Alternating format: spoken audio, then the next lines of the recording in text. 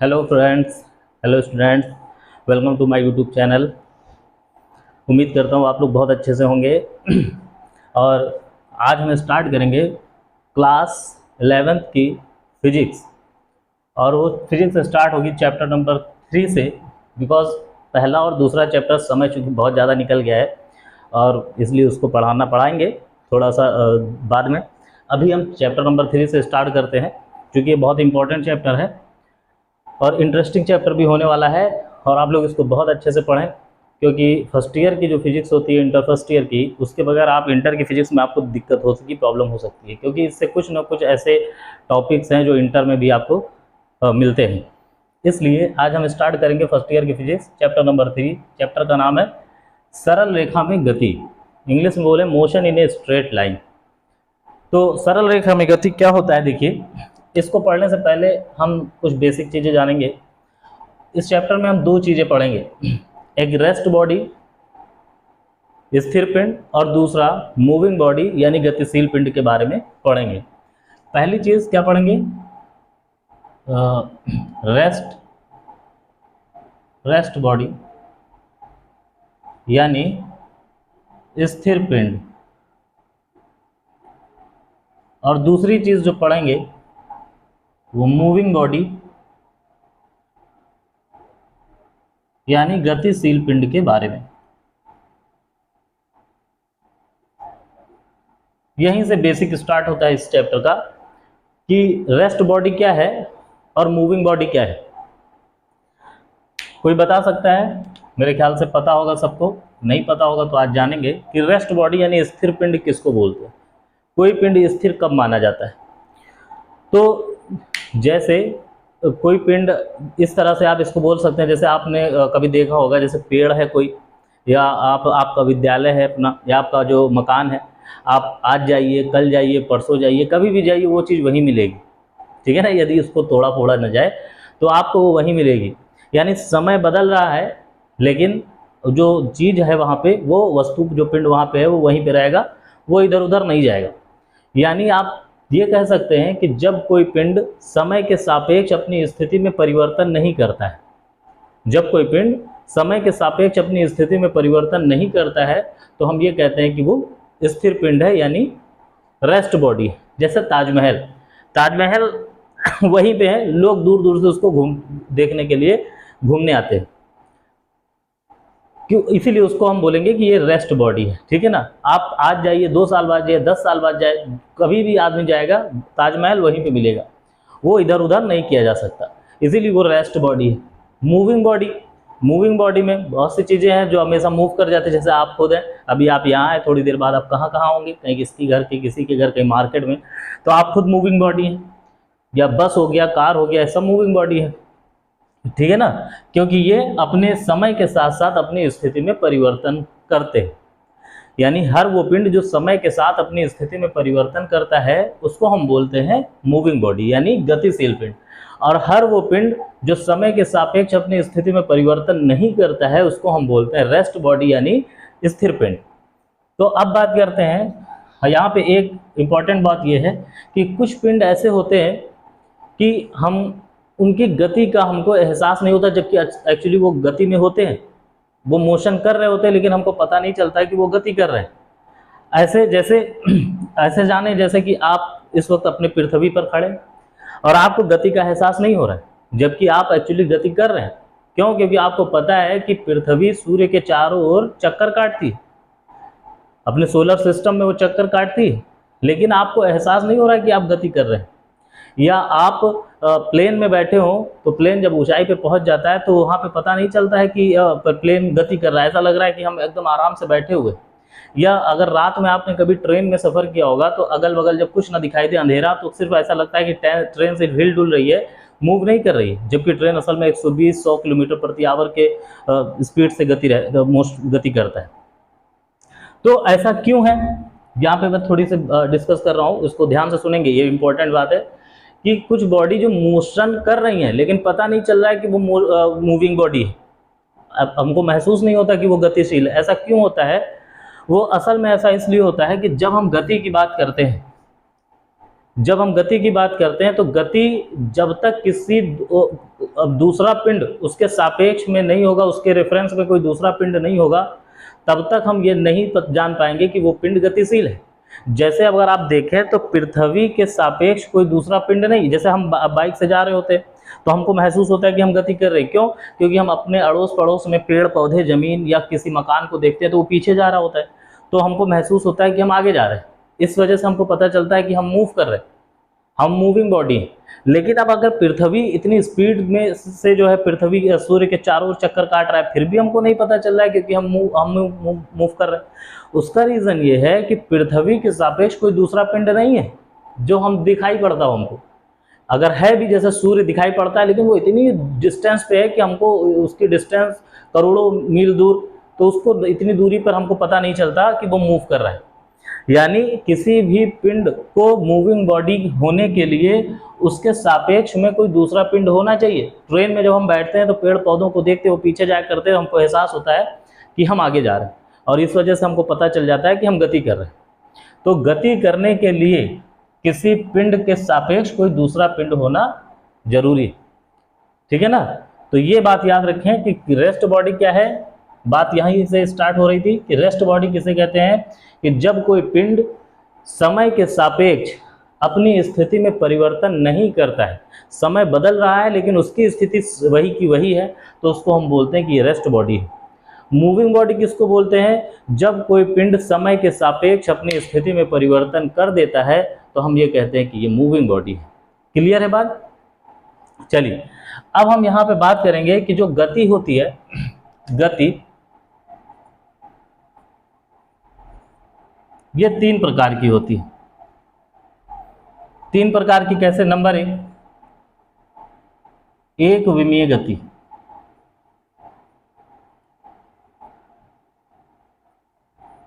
English में इसको बोलेंगे मोशन इन वन डायमेंशन।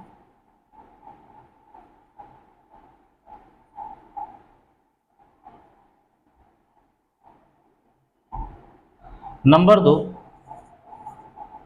द्विविमीय गति।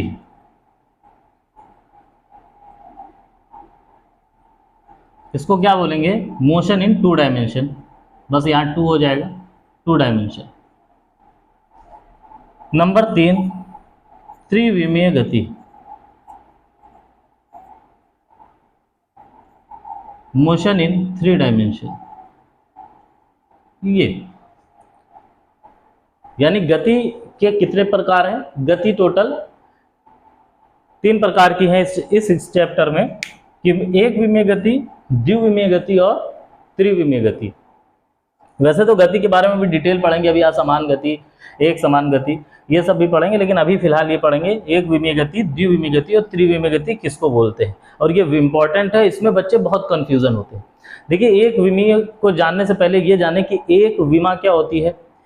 तो जैसे कि आपके पास एक मान लीजिए धागा है, एक पतला सा धागा जो सुई में डालते हैं, तो उस धागे को अगर ध्यान से आप देखें तो उसमें सिर्फ आपको लंबाई मेजर कर पाएंगे, उसकी मोटाई और उसकी जो चौड़ाई है उसको आप नेग्लिजिबल मान सकते हैं, क्योंकि उसको इतना बारीक होता है, उसको काउंट करना, उसको मापना, मेजर करना पॉसिबल नहीं है। इसलिए हम उसको सिर्फ लंबाई मानते हैं, और उसमें सिर्फ लंबाई होने की वजह से हम ये कहते हैं कि वो एक विमीय वन डायमेंशन पिंड है या वन डायमेंशन का पदार्थ है। दूसरा द्विविमीय की बात करें तो जैसे ये मेरा रुमाल है, ये रुमाल है, ये देखिए तो इसमें द्विविमीय, क्यों? इसकी ये लंबाई है और दूसरी ये चौड़ाई है, और इसमें कुछ ऊंचाई नहीं है, तो ये 2 डायमेंशन है ना।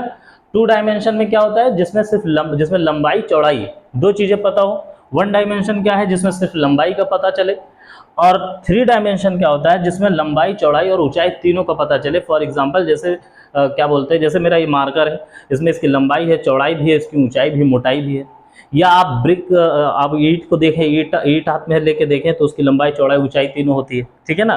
कोई क्यूबिक पदार्थ ले ले, कोई क्यूबिक पिंड, उसमें लंबाई, चौड़ाई, ऊंचाई होती है, वो आपका त्रिविमीय। वैसे भी ब्रह्मांड में जितनी भी चीज़ें हम देखते हैं वो त्रिविमीय है, यानी 3 डायमेंशन में है, ठीक है ना। तो अब एक विमीय, द्विविमीय, तीन विमीय पदार्थ पिंड के बारे में तो पता चल गया, लेकिन गति क्या है? एक विमीय गति, द्विविमीय गति और त्रिविमीय गति। तो बच्चों को अक्सर यहाँ कंफ्यूजन होता है कि जैसे मैंने बताया कि जैसे धागा है, तो धागा आपका एक विमीय है क्योंकि उसमें सिर्फ लंबाई होती है। तो अब लक्ष्य क्या बोलते हैं कि भाई एक धागा है, तो धागा जो एक विमीय पिंड जब गति करेगा तो उस पिंड की गति को एक विमीय गति बोल देंगे। और द्विविमीय गति यानी जब द्विविमीय पिंड गति करता है तो उस पिंड की गति को द्विविमीय गति कहते हैं। और जब त्रिविमीय पदार्थ या त्रिविमीय पिंड जब गति करता है तो उसकी गति को हम त्रिविमीय गति कहते हैं। लेकिन ये एग्जैक्टली एकदम सही नहीं है। एग्जैक्टली क्या, ये एकदम सही है ही नहीं, ये गलत है। क्यों? क्योंकि थ्री डायमेंशन त्रिविमीय जो पिंड होगा, चाहे द्विविमीय पिंड हो चाहे एक विमीय पिंड हो, वो जो गति करता है वन डायमेंशन पिंड जो होगा, एक विमीय पिंड जो होगा, वो भी त्रिविमीय गति कर सकता है। और त्रिविमीय पिंड जो है वो भी एक विमीय गति कर सकता है और द्विविमीय गति भी कर सकता है। इसलिए ये बोलना कि एक विमीय पिंड की गति को एक विमीय गति बोलते हैं, द्विविमीय पिंड की गति को द्विविमीय गति बोलते हैं, त्रिविमीय पिंड की गति को त्रिविमीय बोलते हैं, ये एकदम गलत है। जबकि सही क्या है, तो अब जब सही क्या है तो वो जरा देखें। सपोज कि हमारे पास एक एक्स अक्ष है, ये वाई अक्ष है और ये जेड अक्ष है, ये एक्स ये वाई एंड ये जेड। और यहाँ पे सपोज कोई पिंड P है जिसका एक पॉइंट P है जिसके coordinate suppose X Y and Z है, ठीक है ना। अब इसकी हमको गति बतानी है। तो अब मान लीजिए कि कोई पिंड है, यहाँ पे ध्यान से देखिए, यहाँ पे मान लीजिए कोई पिंड है और वो पिंड यहाँ पे x दिशा में अपनी गति को स्टार्ट कर रहा है ऐसे। तो अब जरा ध्यान से देखिए, क्या ये पिंड जो x अक्ष की दिशा में गति कर रहा है y से या z से उसकी दूरी में कोई फर्क आ रहा है? देखिए, जब ये सिर्फ नीचे यानी सिर्फ x अक्ष पर अपनी स्थिति में परिवर्तन कर रहा है, y से तो उतनी दूरी पर बना हुआ है, जब ऊपर जाएगा तो y से भी दूरी घटेगी, y से भी दूरी तय करेगा। लेकिन अभी आप देखो तो सिर्फ x अक्ष के तरफ, x अक्ष के टुवर्ड्स अपने स्थिति में परिवर्तन कर रहा है।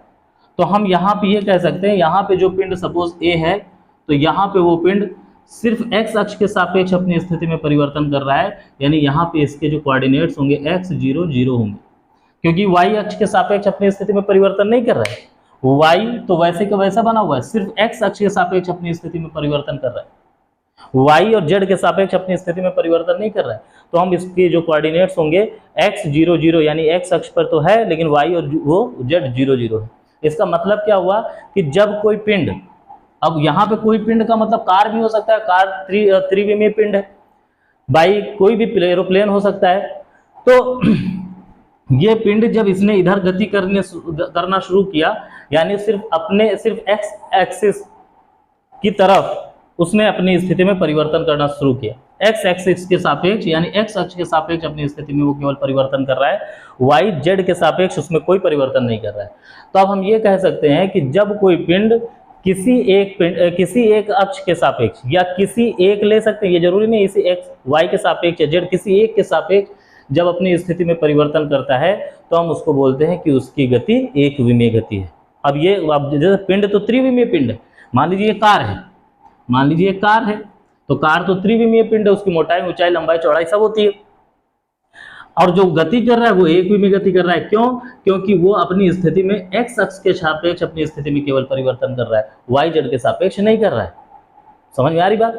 फिर से सुनिए, क्या कि जब कोई पिंड किसी एक अक्ष के सापेक्ष अपनी स्थिति में परिवर्तन करता है तो उसकी गति को वन डायमेंशन मोशन कहा जाता है। जब एक पिंड क्या बोलेंगे, हाँ ठीक है, जब कोई पिंड किसी एक अक्ष के सापेक्ष अपनी स्थिति में परिवर्तन करता है तो उसकी गति को एक विमीय गति कहा जाता है। क्लियर है?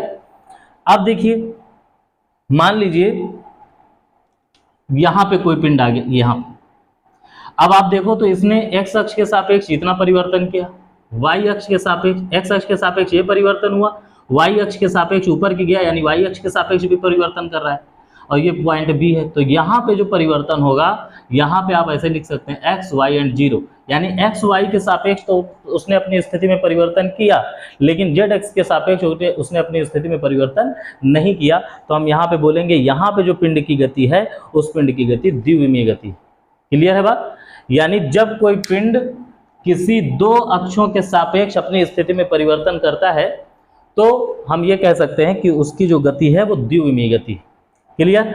अब देखिए त्रिविमीय गति की बात करें तो त्रिविमीय की बात ऐसे होगी कि यहाँ पे जब देखिए ये वाला पिंड, सपोज जो P पॉइंट है ये x y z, मतलब ये अपने तीनों अक्षों के सापेक्ष अपनी स्थिति में परिवर्तन कर रहा है, तभी ये तीनों पॉइंट्स लिखे गए। इसका मतलब ये त्रिविमीय गति है। इसका एक एग्जांपल ऐसे समझे कि सपोज यहाँ पे एरोप्लेन है, सपोज ये एरोप्लेन है आपका, ये अब जब तक ये रनवे पे दौड़ रहा है, जब तक ये रनवे पे दौड़ रहा है मतलब सिर्फ स्पीड बढ़ा रहा है उड़ने के लिए, अपनी स्पीड को बढ़ा रहा है, तो आप देखें जब वो रनवे पे दौड़ रहा है तो केवल एक अक्ष के सापेक्ष अपनी स्थिति में परिवर्तन कर रहा है, तो तब इसकी गति एक विमीय गति है। जैसे ही ये इसने टेक ऑफ किया यानी ऊपर उड़ान भरी इस तरह से, तो अब आप देखो ये जमीन से भी उठने लगा और इधर से भी दूर जाने लगा, दो अक्षों के सापेक्ष अपनी स्थिति में परिवर्तन कर रहा है, तब हम कहेंगे इसकी जो गति है इस वक्त ये द्विविमीय गति है।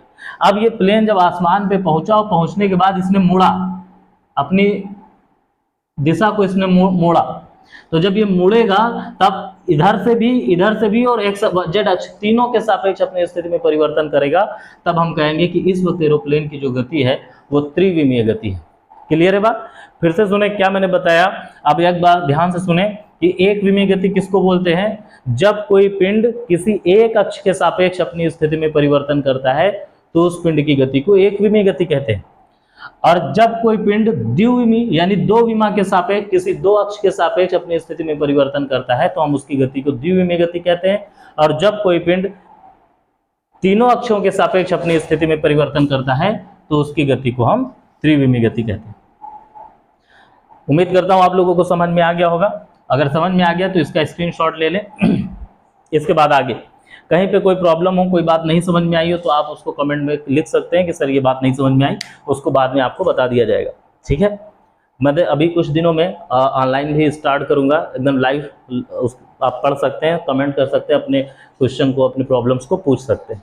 अभी फ़िलहाल अभी ऑनलाइन लाइव पढ़ाने का टाइम नहीं मिल पा रहा है, अपलोड करने का ही टाइम मिल पा रहा है। अभी 2-4-5 दिनों में, हफ्ते भर के अंदर मैं लाइव आना शुरू करूंगा, उस वक्त आप अपने क्वेश्चन को पूछ सकते हैं। फिलहाल आप कमेंट कर सकते हैं सर ये बात नहीं समझ में आई, मैं उसको पर्सनली समझा दूँ। देख लीजिए, स्क्रीनशॉट लें, उसके बाद आगे इसमें कोई प्रॉब्लम अगर होगी तो आप कमेंट कर सकते हैं। चलिए इसके आगे देखते हैं।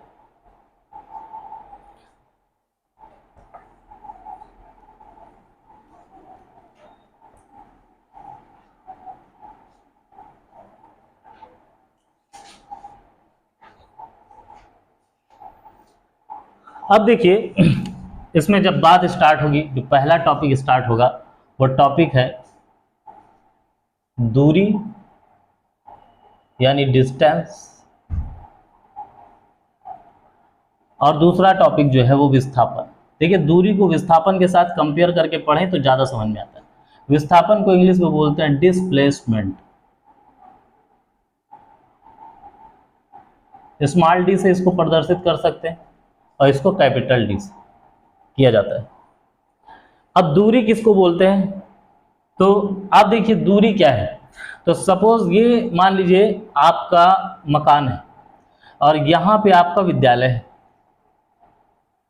अब आप अपने मकान से निकलेंगे तो ऐसा तो नहीं एकदम सीधे होगा, ऐसे मुड़ते मुड़ते मुड़ते यहाँ पे आकर पहुँचेंगे, इतने रास्तों में मोड़ आएगा। तो अब यहाँ से आप चले, इस वक्त आपकी स्थिति यानी 0 है, प्रारंभिक स्थिति यानी x0 x0। यहाँ पे जब आप पहुँचे यानी कुछ समय बाद आप यहाँ विद्यालय पहुँचेंगे, यानी इसको xt यानी t समय पश्चात आपकी पोजीशन, ये आपकी प्रारंभिक स्थिति है, ये आपकी अंतिम स्थिति है जब आप विद्यालय पहुँचे। तो यहाँ से घर से विद्यालय तक आने में जितनी दूरी यानी जितना रास्ता आपने तय किया, जितने रास्ते आपने तय किए, उस पूरे रास्ते की लंबाई को दूरी कहा जाता है। यानी ये क्या है, रास्ते को हिंदी में क्या बोलेंगे, पथ। यानी पथ की कुल लंबाई, पथ की कुल लंबाई इज इक्वल टू दूरी कहलाती है। पथ की कुल लंबाई दूरी कहलाती है। क्लियर है बात। पथ की कुल लंबाई को दूरी कहते हैं। यहां से स्टार्ट किए, टोटल दूरी जितना नाप लिया 3 किलोमीटर 4 किलोमीटर, वो उसकी दूरी हो गई। लेकिन विस्थापन किसको कहते हैं, तो अब आप देखिए, मान लीजिए आपसे किसी ने कहा ये आपका घर है, यहाँ पे विद्यालय है, और किसी ने कहा कि भाई ये शॉर्टकट तरीका है, ये पूरा ये दूरी है, लेकिन आज उसने कहा कि ये वाला रास्ता पकड़ लो, एकदम सीधे चले जाओ गली गली और आपका मकान आ जाएगा, आपका विद्यालय आ जाएगा। तो जो शॉर्टकट होता है, यानी ये पूरी दूरी आपने कुल दूरी तय की, लेकिन अगर आप यहाँ देखें शॉर्टकट वाला तो ये न्यूनतम दूरी है। ये क्या है? न्यूनतम दूरी। या आपसे किसी ने, या मान लीजिए आप बहुत अमीर आदमी हो गए, आपके पास हेलीकॉप्टर हो गया, आप यहाँ से, तो हेलीकॉप्टर से आप जाएंगे तो रास्ते में मुड़ेंगे तो है नहीं, यहाँ से उड़े, उड़ान भरी और सीधे यहाँ पे विद्यालय पे लैंड हुए। तो अब देखिए, अब आपने तय किया, पहले टोटल पथ की लंबाई तय करते थे, अब आप न्यूनतम दूरी तय कर रहे हैं, कम से कम दूरी तय कर रहे हैं, तो उस न्यूनतम दूरी को बोलते हैं विस्थापन। यानी पथ की न्यूनतम दूरी, पथ की न्यूनतम दूरी को विस्थापन कहते हैं, जबकि पथ की कुल लंबाई को दूरी कहते हैं, और पथ की न्यूनतम दूरी को विस्थापन कहते हैं। जो न्यूनतम दूरी, कम से कम जो दूरी तय की जाएगी उसको हम विस्थापन कहते हैं। क्लियर है? अब देखिए, जो दूरी होती है ये अदिश राशि है, स्केलर क्वांटिटी, अदिश राशि। अदिश राशि क्यों है? अदिश राशि किसको बोलते हैं पहले ये जाने। अदिश राशि जिसमें, वो राशि जिसमें सिर्फ परिमाण का पता हो, दिशा का पता ना हो, यानी आप उसको माप सकते हैं लेकिन उसकी दिशा को माप नहीं सकते, तो हम उसको बोलते हैं अदिश राशि। जैसे आप यहाँ देखो, यहाँ से चले, इधर गए, पहले इस दिशा में गए, फिर इस दिशा में गए, फिर इस दिशा में गए, फिर ऐसे गए, फिर ऐसे गए, इसमें दिशा का क्लियर नहीं कि दिशा किधर की ओर है, तो इसमें दिशा क्लियर नहीं है, इसलिए यह अदिश राशि है। जबकि आप विस्थापन में देखो, आपसे किसी ने कहा कि भाई सीधे चले जाओ उत्तर दिशा की ओर और वहीं सामने आपका विद्यालय आ जाएगा, तो दिशा भी पता होगी, नहीं पता होगी कि सीधे जाएंगे तो दिशा क्लियर है कि भाई इस दिशा में मुझे सीधे जाना है। तो यहाँ में परिमाण के साथ साथ दिशा भी पता होती है, इसलिए ये सदिश राशि है। यानी जो विस्थापन है वो सदिश राशि, इसीलिए इसके ऊपर वेक्टर लगा हुआ है। क्लियर है बात? विस्थापन एक सदिश राशि है क्योंकि इसमें परिमाण के साथ साथ दिशा का भी पता होता है, जबकि दूरी एक अदिश राशि है क्योंकि इसमें सिर्फ परिमाण का पता होता है, दिशा का पता नहीं होता है। क्लियर है बात? नंबर 3 अगर आप देखें,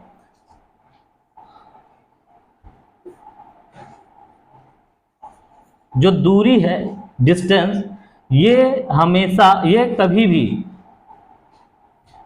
भी जीरो के बराबर नहीं हो सकती।